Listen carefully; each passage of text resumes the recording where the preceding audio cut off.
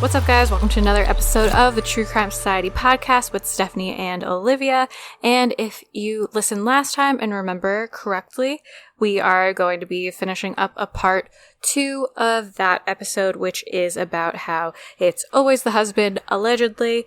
And that in the first episode, we covered Melinda Davis and Crystal Rogers. And this one, we're going to be doing Jennifer Dulos and Suzanne Morphew. So basically all women that are missing or dead, and pretty much everyone thinks their husbands or partners were involved, but just can't quite get there all the way.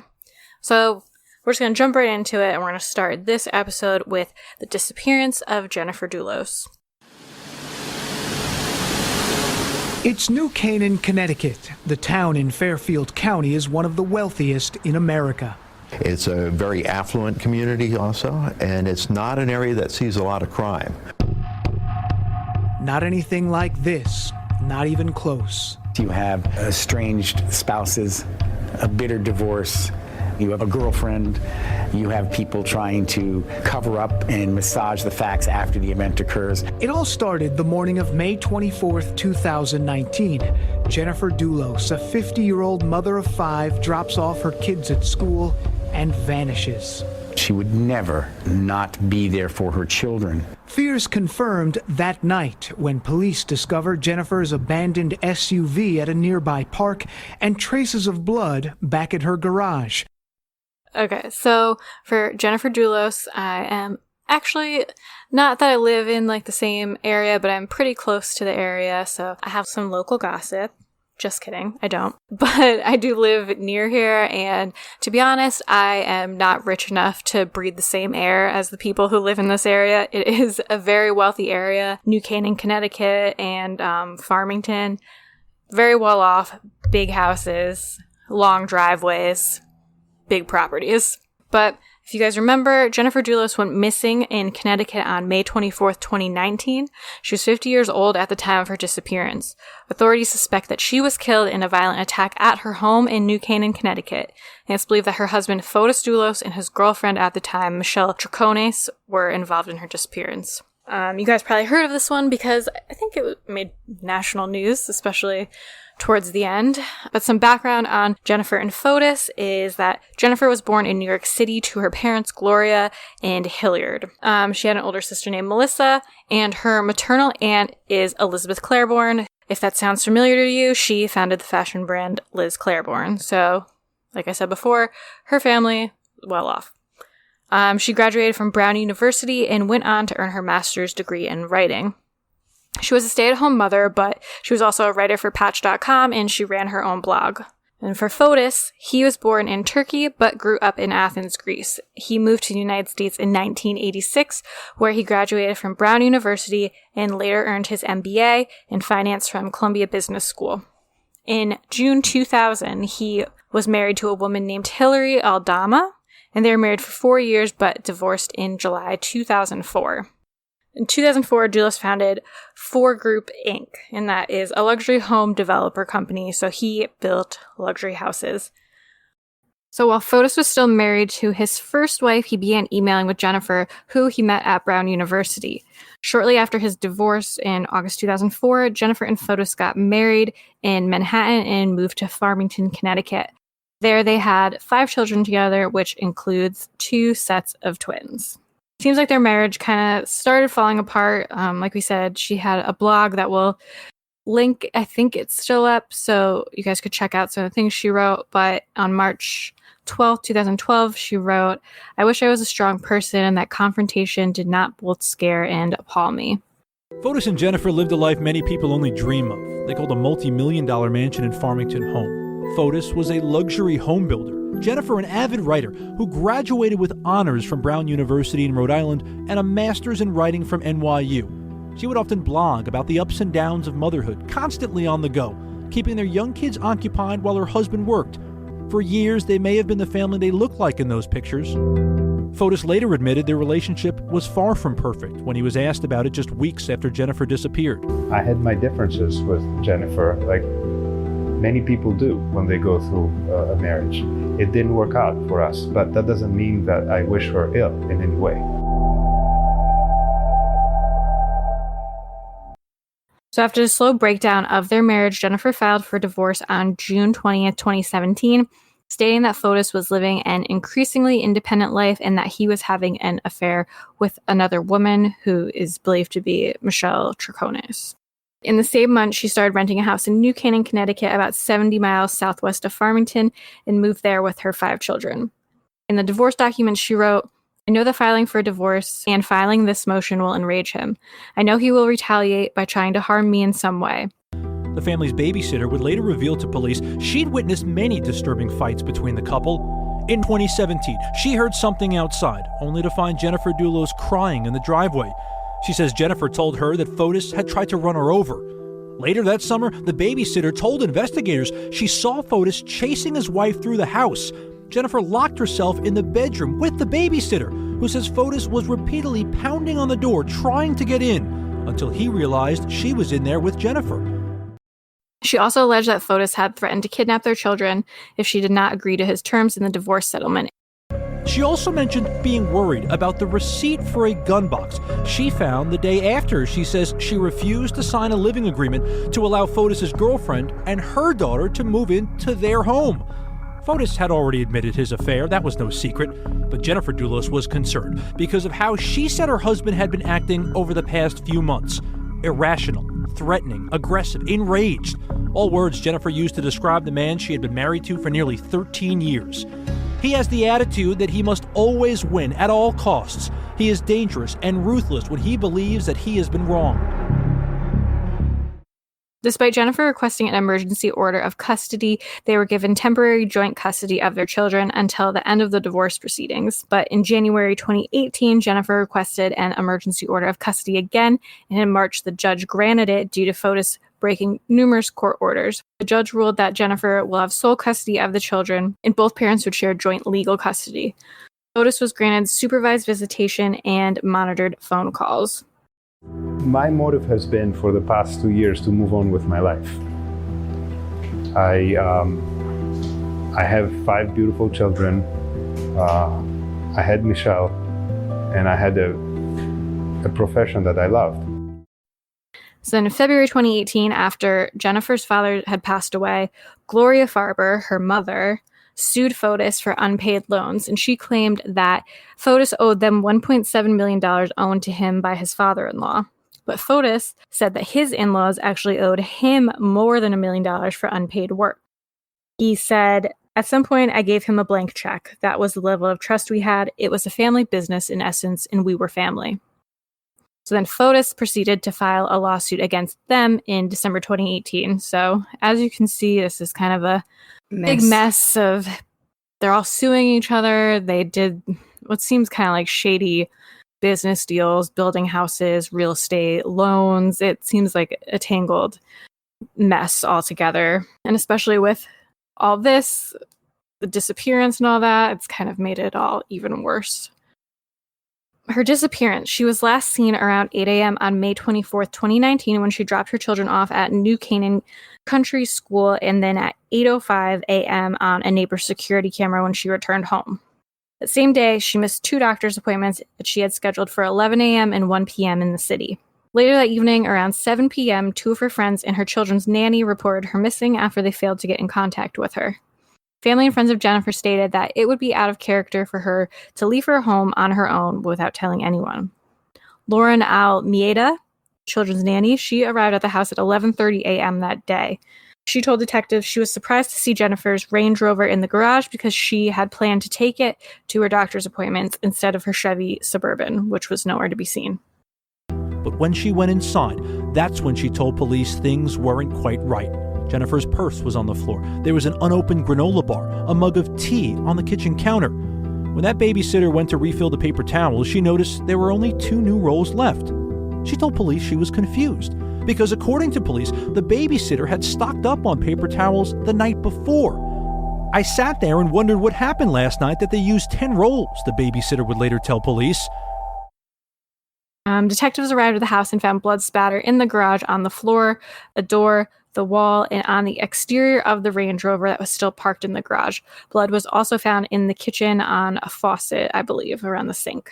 DNA tests revealed most of the blood to be Jennifer's, apart from the blood on the kitchen faucet, which was a mixture belonging to both Jennifer and Fotis.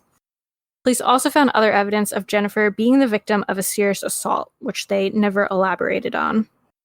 Jennifer's black Chevy Suburban had been captured on neighbor's security camera leaving her home at around 10:25 a.m. that morning. So it's believed Fotis was the one driving Jennifer's body and items that he used to clean up this crime in the vehicle. Which is weird because later they say that they believe that he used an employee's truck also. So maybe he's just using multiple vehicles. Whatever he can find. Yeah, they did find the Suburban somewhere else eventually, so he did drive it at some point. Same evening, around 7:30 p.m., Fotis and his girlfriend Michelle Troconis were captured on video dumping garbage bags and 30 different bins in Hartford, Connecticut. The trash bags were found to contain various pieces of bloodied clothing, as well as blood-stained cleaning items. The blood was determined to be Jennifer's, and Fotis's DNA was found on the inside of a glove in one of the trash bags and on some of the trash bags. Jennifer's Suburban was then later found on the side of the road near Wavenley Park in New Canaan, which is just over 3 miles away from her house. At the time Jennifer went missing, she and her husband were still engaged in a pretty rough divorce and custody battle, so there was a lot of bad blood between them. Police searched numerous properties around Farmington, near Fotis's home, and in Fairfield County near Jennifer's home without any success. And just as a reminder, Fotis does have like a luxury house building company, so they were searching properties of houses he was building, properties of houses he had built, and just there's a lot of places that they could search. Anywhere for that he laid concrete recently? Yeah. So investigators believe that Fotis drove a truck used by one of his construction employees to New Canaan on May 24th to lay in wait for Jennifer after she returned home from dropping the kids off at school.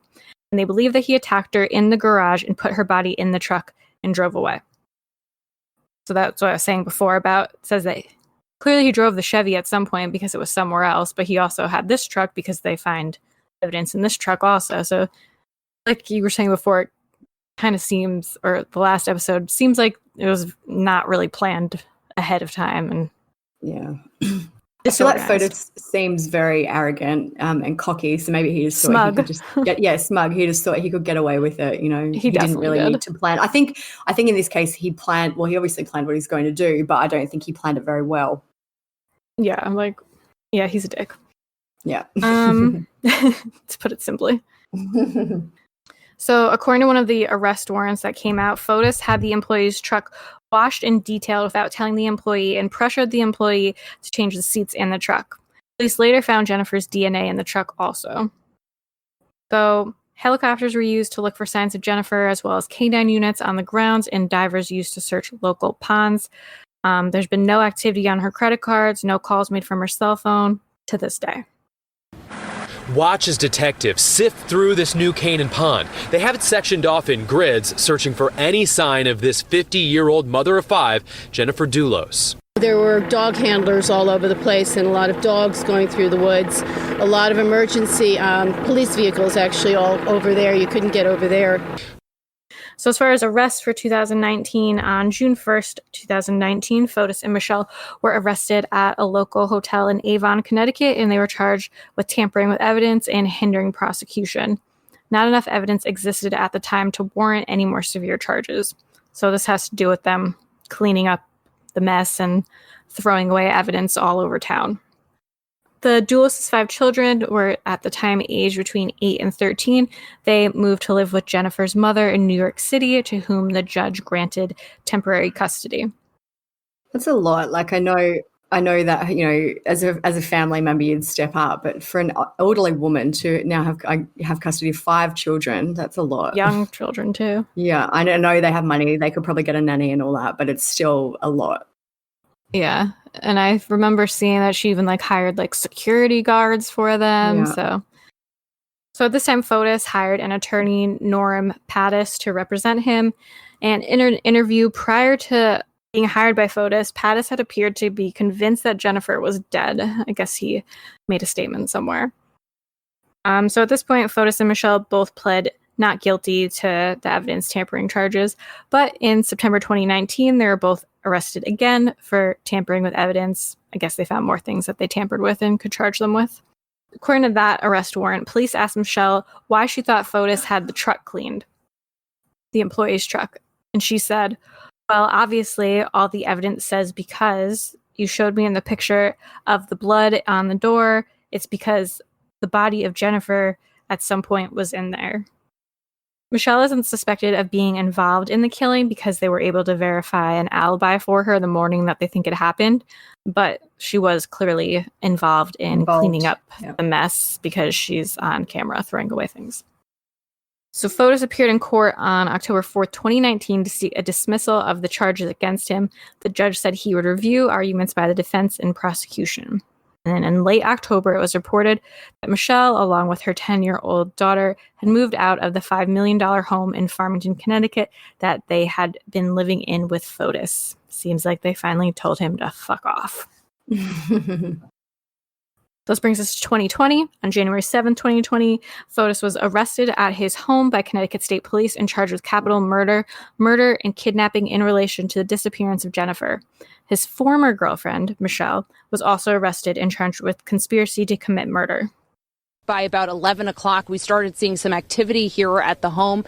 His attorney, Norm Pattis, did show up parking at his Jefferson Crossing home driveway. And then shortly after that, we saw a number of state police cars pulling in here. Now, they've been here for probably about 20 minutes now, and you can actually see them live on our air right now. You could see 1, 2, 3, 4, 5 state police cars leaving from the scene. Fotis Dulos in this car right here. We're going to pan right now, leaving in state police custody live on our air.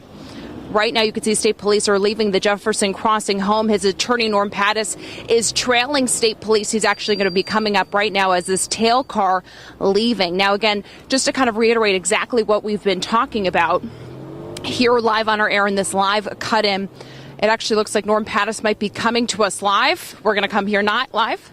We have Norm Pattis is here live.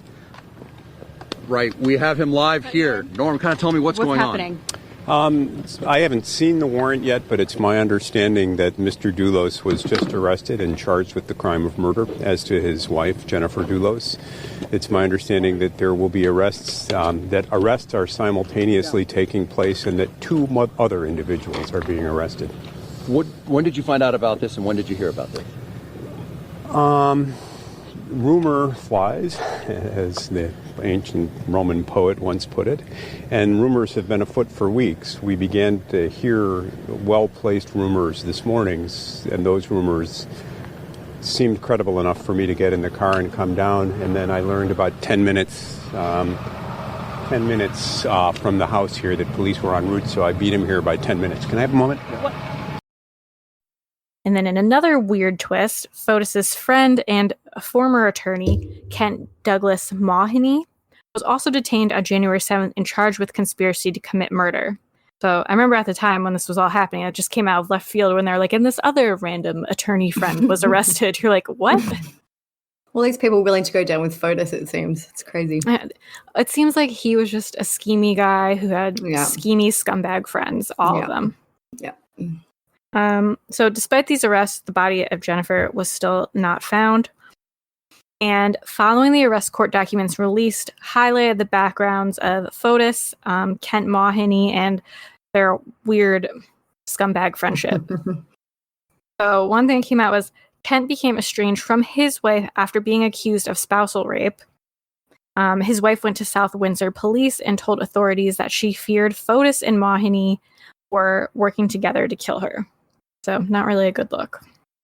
After Jennifer disappeared, a shallow grave was discovered at a secluded property that Kent Mahoney owned, and it was filled with 2 bags of lime and a blue tarp, which is obviously pretty suspicious. Yeah. Authorities and police dogs discovered the grave in 2019 of August, but no body was found in the grave, and said items were found to have been removed. Jennifer's family issued a statement after the arrest.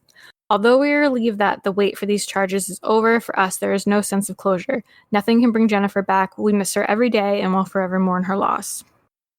January 8th, Fotis' bond was set at $6 million, which he paid and was released the following day, and was due to return to court on February 28th, 2020.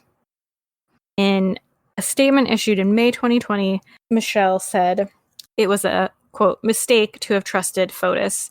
However, she still maintained that she does not know what happened to Jennifer or of her whereabouts. Michelle was out on bail, and she was scheduled to appear in court August 6, 2020 to face charges, and Kent Mulhaney is being held in lieu of $2 million bond and is scheduled to appear in court on September 3rd, 2020.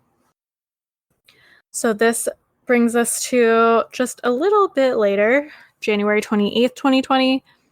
While Fotis is out on bond, he was scheduled for an emergency bond hearing.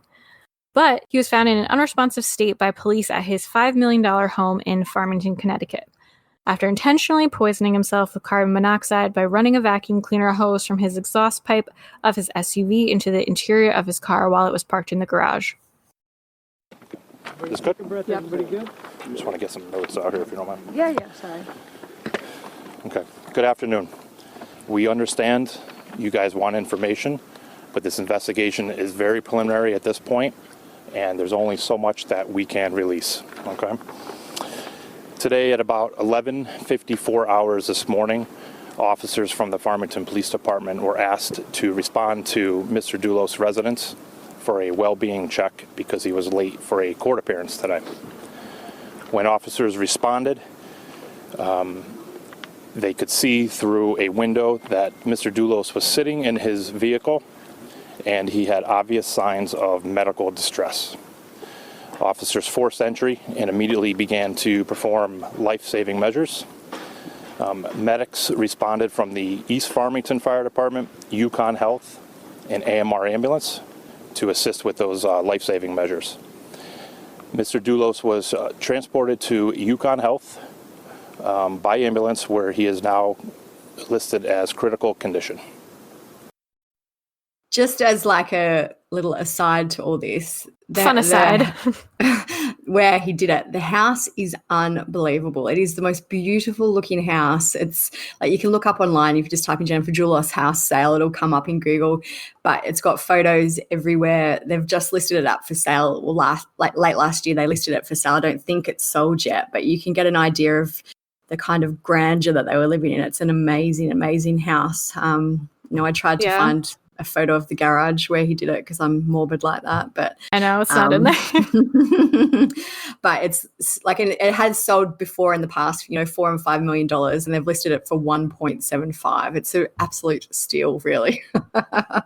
Anyway, it's an amazing house. Just if you want to have a look and you can see where they were living at the time, it's all online.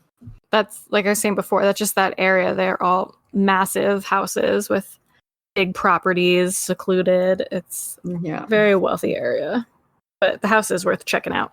Yeah. So back to Fotis killing himself. Initially, it was reported by some news outlets that Fotis was found dead, but first responders said that they were able to do CPR and get a faint pulse. And I remember this happening because first some news reports were like, Fotis Dulos is dead, and you're like, no. They kept. And some places were like, no, he's still alive, and then you're like, jumping yay! the gun. Yeah, and just went back and forth. But it seems like he was basically dead, and they tried to revive him. And they transported him by ambulance to Yukon Medical Center in Farmington, Connecticut, and from there he was airlifted to Jacobi Medical Center in the Bronx to undergo hyperbaric oxygen treatment. His 5 children were able to visit him at the medical center. These poor kids again. His 5 children were able to visit him at the medical center before he was taken off life support. This marked the first time that they had seen their father since he was accused of murdering their mother. That's that would have been a big thing for her family to allow that, I would think. They wouldn't have wanted the children to go to see him, but I guess it's the right thing if they knew he was going to die and he's still their father, I'm assuming they probably told him he was brain dead at this point. Yeah. Fotis was pronounced dead at Jacobi Medical Center on January 30th, 2020. He did leave a suicide note in the car that read, this is the most fucking smug thing I've ever seen. The note read, I refuse to spend even an hour more in jail for something I had nothing to do with. Nothing is capitalized. Smug to the end. Very on brand for him. Yeah. And here's what defense attorney Norm Pattis had to say in its entirety. Fotis Dulos was declared dead tonight at 5:32. His family came in from Greece and decided today to donate his organs so that he will live on in some form in the assistance that he can provide to others in their own individual struggles. The family is adamant that his name be cleared. As we are speaking, we have filed an unusual motion in the Connecticut courts asking to substitute an estate for Fotis Dulos for him as a defendant, to force the state to show its hand in a trial filled with evidence we think that amounts to no more than innuendo and unsupported suspicion. So if you check the court pleadings, you'll see a motion to substitute the estate of Fotis Dulos for Mr. Dulos.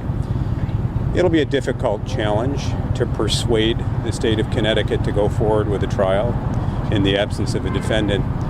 But having maligned the man for all time from coast to coast, and if not there, around the world, we're asking for the right to clear his name. We intend to proceed on as if he were alive to vindicate him, because we think he's wrongfully accused, and we'll be seeking the discovery that we were supposed to get just the other day, supposed to begin getting just the other day. So in the police report, it states that Fotis's new girlfriend, he has a new girlfriend now already. Like, who's going to date him? Like, who can be bothered? Like, if you've got all this stuff going on, do you really need another girlfriend? Yeah, it's just like so many red flags that he's a clear fucking psychopath. Yeah.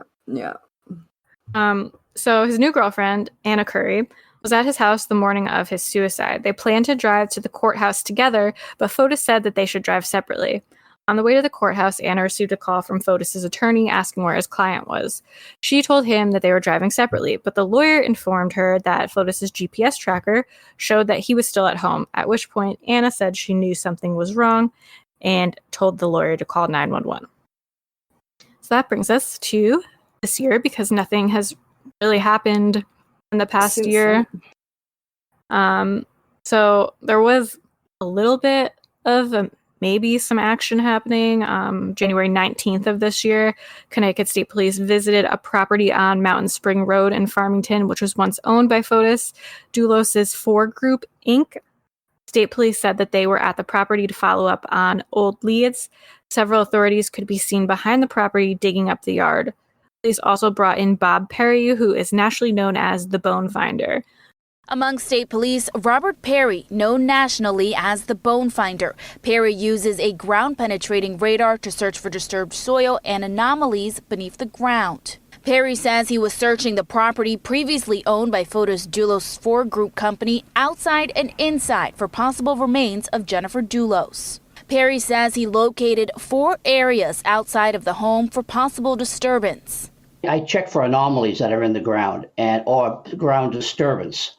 And so there's 4 areas that I checked that had ground disturbance in it. I was looking for some sort of indication, like a skull or something like some bones or something like that, and that would give off a little hyperbolus on the scan. And I saw nothing there at all. Unsuccessful outside the house, Perry, along with state police, made their way to the basement. We then went into the house. There was an anomaly in the ground about 18 inches down. And the anomaly was elongated, and it looked like it could have been a grave, or it could have been a burial site or something along that line. But I think pretty much it was a pipe that was in the ground. State police say they were at the home following old leads nearly a year and a half after Jennifer's disappearance. The next day, police once again returned to the property on Mountain Spring Road in Farmington. An excavator and septic tank was brought in and seen behind the former Dulos-owned property. Police briefly spoke with the media, but said they did not have any updates. So, I mean, they could have found stuff and just not saying anything yet, or maybe it was nothing. The latest thing actually came out this month, March. Just more legal stuff, kind of similar to what we were talking about in the last episode, 2 episodes ago, with Alan and Jake. Is that his name? Yes. With Alan and Jake. They wanted, it's kind of confusing because it has to do with the declaring dead and assets of Fotis's estate, but is Jennifer dead or alive? What does she get? So it seems like Fotis's estate wanted Jennifer to be declared dead, or wanted to know what was happening with an IRA account that had $194,000 in it because they wanted to use it to pay off some debts of his. Her family, it seems like, didn't want to go through with that or to fight for it. They didn't care. Like I said, they're well off, so it's probably not anything big to them and just not worth the drama. So they waived their rights to this IRA account and some of the things Fotis had. And to do that, they didn't have to have Jennifer declared dead legally by a court. And that is the latest. Unfortunately, this is another one where it's like, you feel so close to the answer and there's so much evidence and not evidence at the same time. And as far as we know, they still haven't found her body or anything like that. So I was just looking to make sure that nothing else had happened since we did this, but there's been a little bit of an update with Michelle Troconis. She was due to appear in court, it says, on March 16, which I can't find anything about that if she did. So it seems like Michelle and Kent have both been made to wear GPS tracking devices because they're out on bail or bond or whatever you guys call it. So her attorney is trying to get it removed. It says that he's considering federal court intervention if his appeal fails at state level. So then the other little update is that in February, Michelle spoke to detectives and said that she would help them look for Jennifer's remains. She said, I can spend a month with you guys. I can do whatever you want, but I didn't do it. So it sounds like there's a lot of back and forth still going on about if her case will go to trial. And it says that Kent will likely testify against Michelle if the case does go to trial. So it seems like there's still a lot of just back and forth and not much actually really happening in terms of legal things in regards to this case, but it is still in the pipeline. It seems like a lot of shitty people backstabbing each other and trying to cover their own asses. Michelle's lawyer has asked that the trial also be moved because, obviously if they hold it in the area where this all happened, it might be a bit biased according to him. So anyway, it'll be interesting to see what happens. Sometimes, not that I feel bad for Michelle, but I wonder, did she just get in over her head with something? Did Fotis seems like a fucking scumbag, and he pulls these girls somehow. Did he just wow her with his money? Manipulative, yeah. I don't know. I don't care, who it is. If my boyfriend now, who I love, came to me and was like, hey, I just murdered someone. You got to help me drive all over Hartford, Connecticut and throw out all these bloody items in garbage bags where everyone's rich and definitely has surveillance cameras and we're going to get caught on camera. I would still be like, hell fucking no. Do it yourself. Yeah, go do it your damn self. You did the murder. You clean it up. So, I don't know. Part of me wants to see the good in people and be like, well, maybe she just was manipulated. But then I'm like, bitch, you drove all over Hartford and threw out evidence. Yeah. I feel like he probably preyed on Michelle. Obviously I'm not denying that she has guilt in some part of this, but I feel like she was probably just a bit of a doormat to him and would do whatever he wanted. Yeah, especially he seems like a scary, rich, powerful guy. Yeah.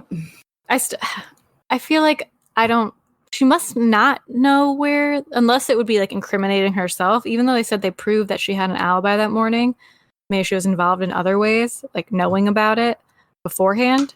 But I feel like I'm leaning towards she doesn't know exactly what happened. Because at this point, if Fotis is dead, what are you covering for? Just blame it all on him. Yeah. But I feel like maybe she doesn't know.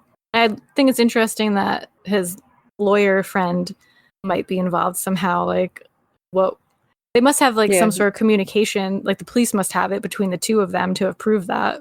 You wonder what benefit it would have had for the lawyer to get involved. I can see Michelle just got pulled along with Fotis, but I wonder why the lawyer got involved. Well, because him and Fotis were also going to kill his wife too. That was annoying him, and they're just going to kill each other's wives, I guess. They just didn't get to that. They didn't get to that bit yet.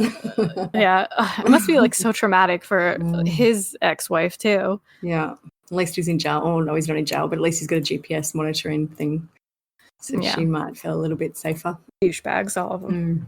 But that brings us to our final missing case. Maybe murdered most likely by the husband case. Don't come at us. It's all out there. We're just reporting what's out there. We didn't make it up, but Listen, we said allegedly, probably, whatever. Maybe, whatever. We haven't ever said definitely. Make your own opinion. Yeah, if you have another theory on any of these cases about who could be involved, let us know, because I don't think there is really any other theories. Yeah, enlighten us. Yeah. So the last one that we're going to speak about in this series is the case of Suzanne Morphew. A massive search for a missing mom was launched today. If you see something, snap a picture of it.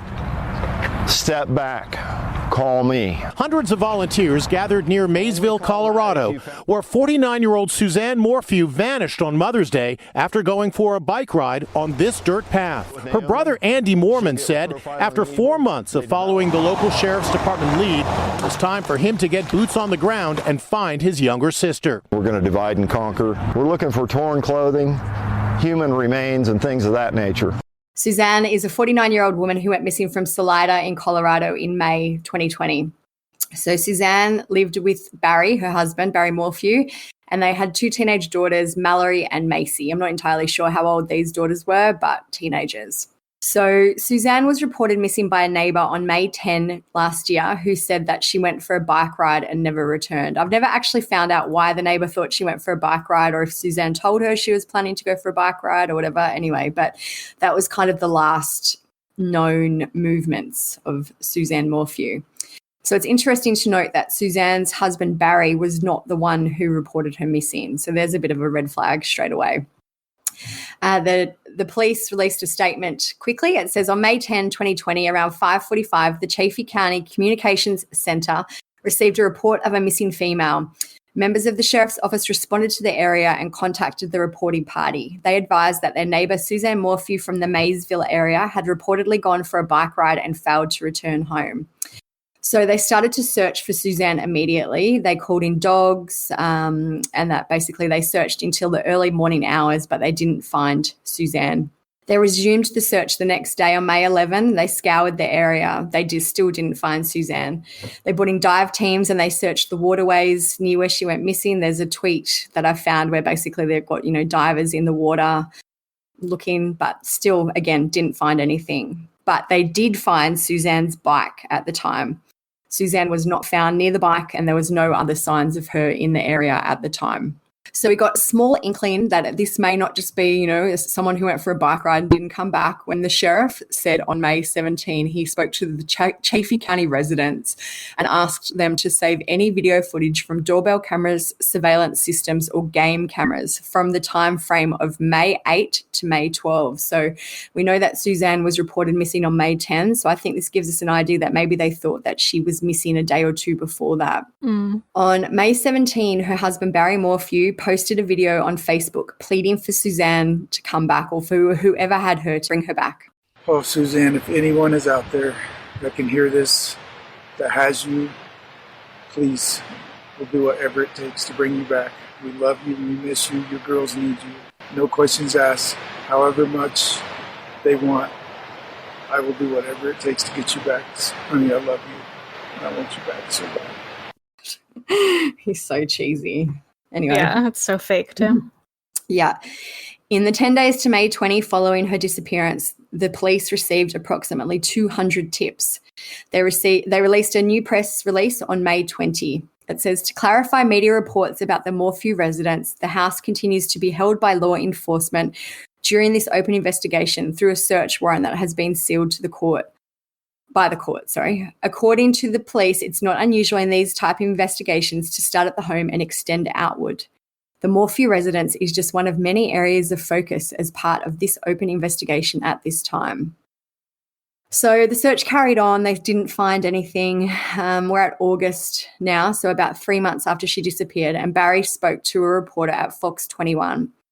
During a 25-minute conversation where I don't think, if I believe right, he didn't want this to be televised or recorded, but he theorised about what had happened to his wife. He mentioned the possibility of an animal attack, an accident, or perhaps that something happened to her on the road, or even with a run-in with someone who knows her well. He said he did not want the conversation to be aired, and he also implied that he'd been painted negatively during the investigation. He said, I'm afraid of what is out there. People don't know the truth, so they're going to think what they're going to think. This is the most devastating thing that's ever happened to me, but I've got to keep my faith and trust in God. And Suzanne trusted the Lord, and if one person gets saved from this, she would think it was worth it. And we are just a godly, loving, caring family, and this thing is just a tragedy. The videos what a with martyr. Barry, the videos with Barry remind me of Michael Shaver's wife that we spoke about last time. Like, he does these kind of produced videos with a lake or trees in the background. Like, it's all very, planned. It's nothing candid. It's all very planned out, exactly what he wants to say. And the whole thing's like, I'm a good person. I believe in God. I'm actually the victim. Yeah. This is the most devastating thing that's ever happened to me. Like, no word about his kids. Me. Nothing about what's happened to his poor wife. It's all about him. Yeah. Suzanne's family told the media that Barry had been asked twice to take a polygraph and he declined, but Barry denied this. He said, I've never been asked to do a polygraph. There is nothing that I'm hiding. I've given 3, I don't know what it says, I've given 3 and then 30 hours of testimony to the FBI and the CBI. I've answered every question. Every single question. So he's getting mad. And in August 2020, he spoke to the media again and criticised the police handling of Suzanne's case. He said the sheriff's department screwed up this whole thing from the beginning, and now they're trying to cover it up and blame me. He went on to cite an incident he found troubling, which occurred when deputies found his wife's bike. My buddy was right there after that, and he said that they completely destroyed the evidence, and he tried to stop them, but they would not listen. And this is not, and said, this is not CSI. There's no evidence for the investigators to see because the sheriff's department completely obliterated it. So I think that he's setting this up, in my view, to be like, this evidence isn't usable because they've destroyed it. So that might be his argument if it ever comes to that. And he also knows people love a conspiracy theory, and some people run with it. So September 2020, we finally learned a bit more about where Barry was at the time of Suzanne's disappearance. He had been staying at a hotel in Denver, around 150 miles from their home. So Barry was a landscaper. I believe he had a landscaping company, and he was in Denver for work. There's an article from the New York Post which is titled, Husband of Missing Mum Suzanne Morphew Left Hotel Reeking of Chlorine. So this is from that article. It says a co-worker, Jeff Puckett, claims Barry had summoned him to a Holiday Inn in Denver on May 10, where he'd stayed the night before, and he left behind a pile of mail as well as an intense smell of chlorine. He was told that Barry needed urgent help with landscaping work, so Jeff went there. I got there Sunday night, and the room smelled like chlorine real bad. It was his room, and he'd taken a shower. His towels were all over the floor. So they spoke to a manager at the hotel who said that workers do not use chlorine to clean the rooms, and that they gave security footage from that weekend to the FBI. It says Jeff said he also discovered a letter about property insurance within a stack of mail inside the room. His mail was in there and I gave it to the FBI. I thought it was kind of odd to have it there. Some of it was from an insurance company, that kind of thing. And he also found no tools inside the hotel room, which is unusual if Barry was, meant to be there for landscaping work.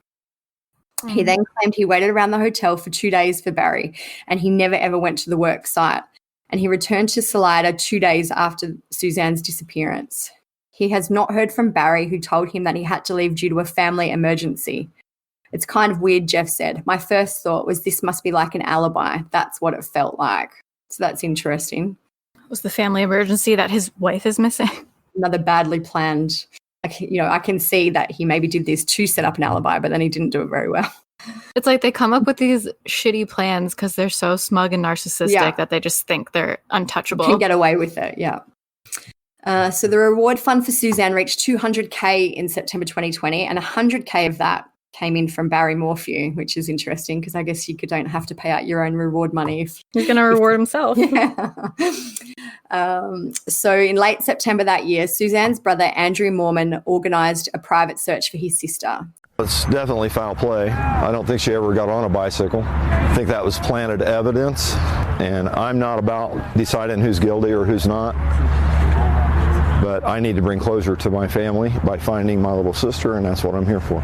He said that during the search they weren't going to dig, but they had boats and sonar equipment to search some lakes, as well as drones, search dogs, and other tools. He said, I'm out there to find my sister. I think everyone probably knows what happened. I'm literally just there to search. I need to find her, need to bring her home, give her a proper burial and closure for my family. And that's my point. I'm not about finding someone guilty or trying to inflict punishment on anyone. That's not my job. That's law enforcement's job. So he said that it was sad and he missed Suzanne, who was his little sister, and that his nieces were very worried about what happened to their mother. He also said that Suzanne was a wonderful mother. She attended church every Sunday and had beat lymphoma twice. My entire family has suffered for 4 months, he said. We've had enough. I've stayed quiet as I was asked to. I bit my tongue for 3 months. Not doing it anymore. I'm coming out there. So the police weren't planning to search at the same time as Andrew, but they said that they would support him and, they would have search and rescue teams on hand. There would be a crime scene team on hand in case they did find anything, but it wasn't an actually police, initiated search. Andrew also said at this time that he did not believe Suzanne ever went bike riding. He said the bike was found without damage at the bottom of the hill. Well, when it started off, Phil, we found the bicycle at the bottom of a ravine, and my brother-in-law is a really good hunter and an expert tracker. And he thought that maybe Suzanne had ridden over the side of that, gotten injured, disorientated, and fallen into the river, and or a bobcat had attacked her. Well, I stood on that bank of that road, and I looked down, and I thought to myself, no, that didn't happen. There's no blood trail.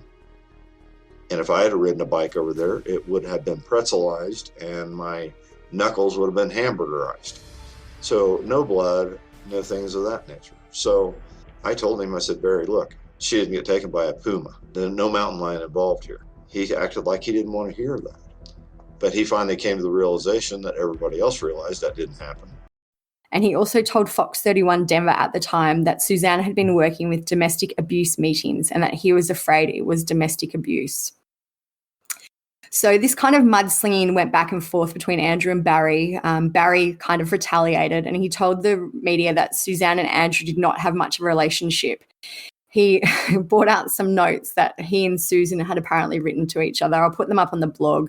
There's photos of them. There's one that Suzanne apparently wrote. It's on it's got a embossed piece of paper. The embossing says, "You make life sweeter."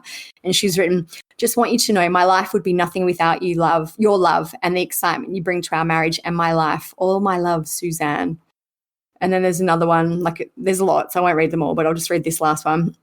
Also, I don't think to be clear, this isn't a Valentine's Day card. It's not like she was just writing these notes either. Yeah. So this one says, "I remember the first kiss you gave me at my front door. I remember our long talks in the dark on the golf course between the 3rd tee and green. I remember the day you asked me to marry you when you gave me flowers at something, wherever they were. I remember the day you held me when I just found out I had cancer and couldn't," it goes on and on and on. So he's released these private notes that Suzanne wrote to him. Just to try to prove that they had this amazing relationship and how lovely he would never kill her. Yeah.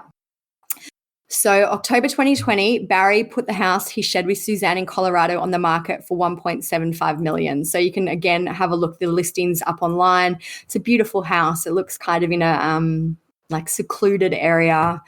It's lovely. It's very rustic. It's all wood and logs and things like that, but it's a really nice house. He told CBS 4 he decided to sell the house because the daughters Mallory and Macy were too scared to stay there because they believe it was the site of Suzanne's abduction. And we also learned that in June 2020, which was just weeks after Suzanne disappeared, Barry purchased a 2-acre plot of land near Salida. So that's an interesting timing. I guess 2 acres isn't a lot to hide a body if that's what his plan was, but he did purchase that right after she disappeared. Mm. November 2020, a private dive team joined the search for Suzanne. They're called Adventures with Purpose. They kept their search a secret because they said there may have been a risk to our team being in the area. Police also marked the 6 months that Suzanne had been missing with a fresh appeal. They said, despite numerous searches, countless investigative interviews and hundreds of tips, the 49-year-old wife and mother remains missing. As investigators continue to focus on her social media presence and believe she kept in touch with friends she loved dearly. He wanted to speak with anyone who had spoke with Suzanne on Facebook, Instagram, Voxer, FaceTime, or WhatsApp to come forward if they haven't already been interviewed, regardless of how insignificant you think the information may be or whether you think the investigators are already aware of it. So in November 2020 as well, Suzanne's father passed away. Gene Mormon was his name. And there's an obituary online for him, and it lists I'll just read out the bit about the family. It says, he's survived by 3 children, David and Debbie Mormon of French Lick. And, it goes on, and then it says he was preceded in death by his parents, an infant brother, the mother of his children, his wife, Luann, and missing and presumed dead daughter, Suzanne Morphew. So, that gives you an indication that her family believes she is dead and that she didn't run away or anything like that. Yeah. So after 2020, Suzanne's case went pretty quiet. We did learn that the 2 acres that we just spoke about in Salida was sold by Barry. He owned the land for only around 8 months, and he made a $15,000 loss on the property. So I'm interested to know. Yeah. It says that apparently cadaver dogs were taken too near the 2 acres, and they did pick up the scent of human remains, but they didn't find anything. So maybe she was there and she's been moved, or I don't know. Maybe he realized that was a terribly stupid plan and bailed on it. And in March this year, the Morphew family home was sold after being on the market for around 5 months. Barry had originally listed it for $1.75 million, and the sale price was $1.62 million. The buyer of the home is listed as the Mountain Renewal, which is a limited liability company from Nevada. So I'm not entirely sure how your, system works over there with buying and selling, but that's just a little interesting bit of information. Barry and Suzanne's names both appear as sellers on the deed, meaning money from the sale is likely to be transferred into a joint account. So that's, again, another interesting thing for me. How was he able to sell a house? I'm assuming he probably has power of attorney for her. But, how can he sell a house if she's missing and not able to agree to the sale? Goes back to the whole, declaring dead thing. Yeah, yeah. It was interesting. I mean, it's obviously a lie because it's coming from Barry's mouth. That he said that they were selling the house because it's where the daughters thought she was abducted. So then, where does the bike riding? Yeah. What do they think happened with the bike riding? Yeah, I think it's a hole in his own story. It's a bit of she was abducted on the house. Then what? The alleged abductor also took her bike and staged this bike falling off a cliff thing. Come on, Barry. I don't know, I don't feel like I know enough about their relationship to kind of make an informed or put forward an informed theory about what happened. I feel like he was likely, allegedly involved, but I don't know if he planned it or if he snapped again. I feel like this is probably a snap thing. I don't feel like he probably planned it very well, or, didn't take long to plan it if he did. But I don't know why. I know with Dulos, Jennifer and Fotis, that's kind of a bit more obvious because they were going through a divorce and, all that type of thing. But maybe she wanted to leave. Who knows? I guess, again, we can just speculate all we want, but then maybe something happened and he just lost it. And, yeah. It's hard to say, there's nothing, if he didn't act so weird after the fact and, so many things point him after the fact, there's really, no way that you would have suspected him that we know of. It's not like there's the family members being if anything happens to her, it was him, or he's beat her before.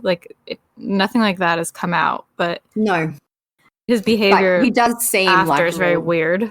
A real douche. So if he's a douche like that now, who's to know what he was like in the marriage? I mean, I can't say because I've never been in this situation, but I feel like just the whole premise of making a YouTube video play is very weird. Just go to the fucking news, go to the police. Yeah. It's a big case that a lot of media outlets have covered, but instead you're gonna be let me make a YouTube video myself and edit it and post it myself. So there's no real updates. It's still just kind of plodding along her case. I did see that the sheriff said they've investigated over 1,300 tips, which is good, but I guess nothing has come of those tips so far. Hopefully something comes and there's some resolution in her case soon. She seemed like a very sweet and loving, mother and friend, so it's interesting. It would be interesting to see what happened. It's sad in all these cases they had kids too. Yeah, true. Very, and I know Suzanne's kids were a little bit older, but a lot of them had young kids, which is very sad. I mean, I'm sure it's equally hard, but just if it's harder for the older kids because they kind of understand it more. Are they suspicious of their dad? How do you trust him when it seems like he was involved? Versus the younger kids where they might not really totally understand what's going on, but that kind of could make it more scary to them too because they're confused. There was a case here, Karen Rostevsky. It was a woman who was, we could have included her in this case, in this episode too, but she was missing for a long time in Victoria, in Australia. Anyway, her husband was arrested and charged, but they only had one child. They had one daughter, and she was adamant that her dad wasn't involved, and that even now that he's been arrested, she was always talking about how she was supporting him and things like that. So it's I guess when you've lost one parent, maybe you just cling to the other one, and who knows what stories they're being told by their fathers, well, yeah, your mother was abusive, or your mother was, whatever, making kind of not painting the women who are missing and dead in the best light. So I guess if that's all you've got to go on, it'd be hard as a child to deal with that. Sad for them. Very sad. But I think that's it for now for the Missing Wives series. Yep, unfortunately, most of them are unresolved, so sorry to leave everyone unsatisfied without any closure, but, that's just the way it is sometimes. Yeah. Hopefully, if you haven't heard of these cases, now you can look and get into them, and maybe someone knows something. Tons of images, and I'll put all the links to things that we've spoken about in the blog, so if you want to do a bit of a deep dive yourself into these cases, you can do that. Mm-hmm. Like always, rate, review, subscribe, leave us a good review. It makes us so happy. I forgot to mention this in the last episode. Someone left us a really nice review, and it really does keep us motivated and keeps us wanting to do it, just to know that at least some people out there are enjoying what we do, because it is a lot of work. So if you guys are liking it and are happy with it, I'm happy to do it. Olivia's happy to do it.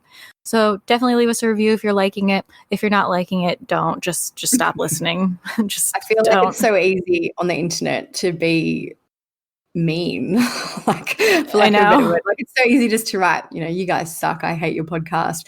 But it does, it's, and it's also just as easy then to also be kind and to not do things like that. So it's like what they always say. A lot of times people only leave reviews when they're unhappy with something. Yeah. So if you're happy with it, they'll go out of their way if they're unhappy to write something. Whereas if they're fine with it, they'll be like, oh, it's fine. it doesn't matter. But if you like this, please give us a review so that we can feel happy, bring a tear to my eye.